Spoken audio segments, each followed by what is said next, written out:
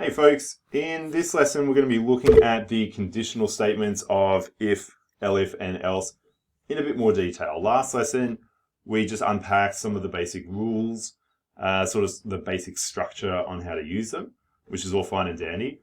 But this lesson we're going to try and look at a few other problems that can come up with them and really understand exactly how do they work. And we'll also look at integers. Last lesson was pretty heavy on strings, which is fine. I mean, strings are used pretty much most of the time.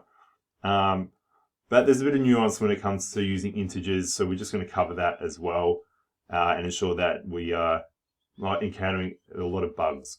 Okay, so just as a bit of a helpful reminder, a conditional statement, e.g. if, elif, else, these statements can only be true like when a condition is met. So they require a condition to be met. And we looked at last lesson the way that we can see if a condition can be met is using the double equals sign, which was just a fancy way of saying comparison operator. It allows us to compare things. And just as one other reminder, a single equal sign is used for assigning information to a variable. All right, let's look at some examples. So here we've got a variable, we've got a single equal sign, we've assigned that string dog to favorite animal. So far, so good. If I was to have a piece of code like this, and this is not an if, elif, else statement just yet, we haven't had to use any of that. We're just using the comparison operator here. We are really asking a question here, and then we're going to print out the output. Is favorite animal the dog? And if I was to run it, we get the statement true. And that makes sense. Yeah, it was dog. And this tells us something about conditional statements. Conditional statements can only be true or false. And I'm going to put this in brackets. This is what's called Boolean Logic. And we will go into a lot more detail about Boolean Logic later down the track. But the basic fundamental understanding of Boolean Logic is a statement can either be true or false. There's no middle ground. Computers are either on or off, true or false. So this statement is true. And just as a bit of a comparison, let's put cat here. This is asking the question, is your favorite animal cat? We'll run it. It's not. Initially it was dog, now it's cat. It doesn't make sense. Okay, so it's going to print out false. So far, so good. All right. Now, if we have our code here from last lesson, which was just a bit of a decision tree to understand a bit of output based on the favorite animal. And if I was to run this, awesome. So what has happened is we've got our favorite animal dog, and we have our conditional statement. If favorite animal is dog, is it a dog? And it is. This statement is true, so therefore it's executed this. So far, so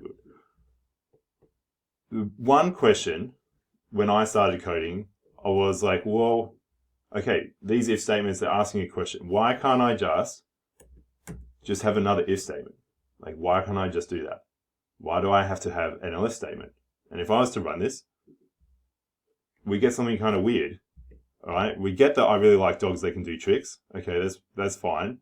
And then I'm getting this else trigger as well. So there's the rule that we said was you can only have one if statement and as many elif statements. The reason is the way that Python is structured is for every if statement, whenever you get an if statement, it will ask, it's preparing the program to ask a whole bunch of questions. And what has happened is on our first if statement, it's like, okay, I'm prepared to ask a whole bunch of questions. Is this true? And it's really saying like, this is the first question. This is the first question here, right? And once it's done that, it's like, done. Okay, now, oh, there's another if statement. This is another big question. So this is the second question. This is the second question here. And what it's done is it's aligned, this is a compound statement, sure, And then these compound statements have all been grouped together as well. And so what has happened, okay, is it a dog? Yes, I really like dogs that can do tricks. Now it's going to go to this. Is your favorite animal a cat? Well, no. So, and it's not a fish, no, so it must be something else. I don't understand what you're saying, I need an animal, please. So that's what's happened. So the reason we use an else if is because they are aligned properly with the if statements. The program can sort of interpret it a bit easier.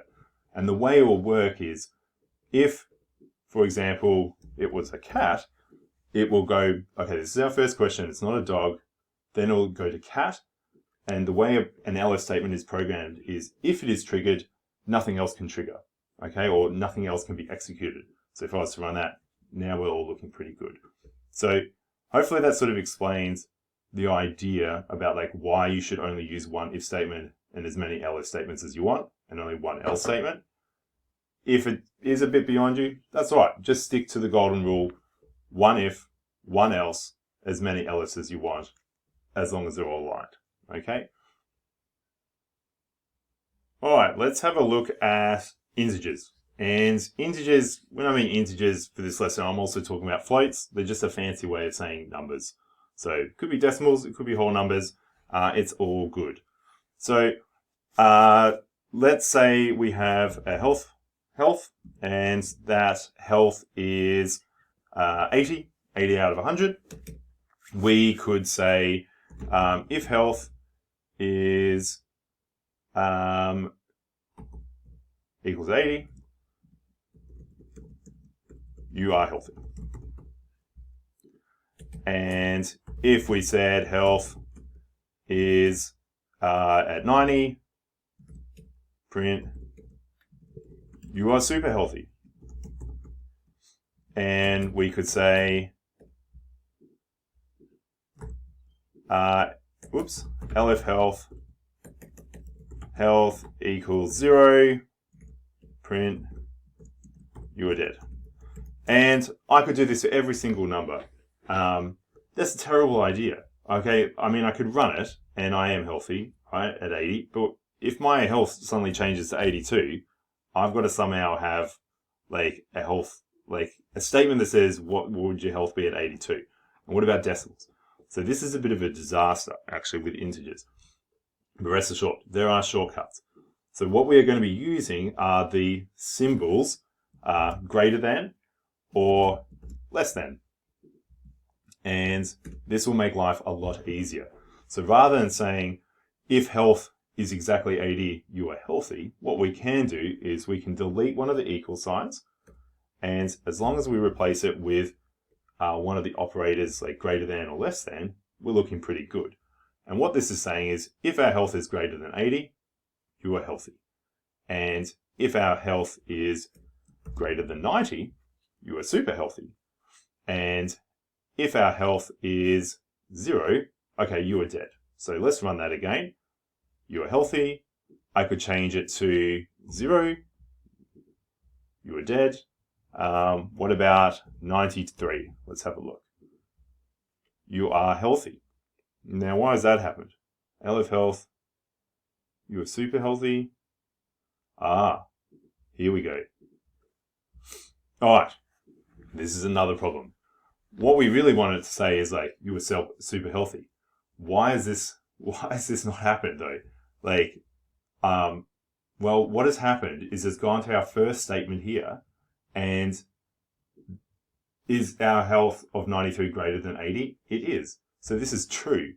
And so what that means, the program is like, well, this is true, so nothing else. I'm not going to check anything else. There's no other if statements. So what we do need to do with our integers as well, if we're ever looking at something like this, is we need to just shift the numbers around. So rather than starting with our lowest number and then going to our highest number, what we really need to do is start with our highest number and then work our way down. And so what we'll have is an operation like this. So if I was to run it now, you are super healthy. Remember our program, Python, reads top to down. So it's always going to read your first line. So you just make sure you got your highest numbers up first. And we could plug other numbers in here as well. Like we could say elif health is, less than or equal to 50. Print, you are on low health. You need a potion. Potion ASAP, bro. Okay. And let's try this out. Let's say we've got it 43. We'll run it. You're on low health, you need a potion ASAP, bro. Okay. So that's just something to do with integers. So just as a bit of a reminder to unpack everything, remember one if statement, as many elif statements, and one else statement at the end. If you need an else statement, like for example here, we don't need one. And when it comes to integers, start with your highest number first, then make your way down to your lowest number, and try and use the less than or greater than symbols if you need to cut out having to write like hundreds of lines of code to cater for every single number that could possibly exist. On that, peace out.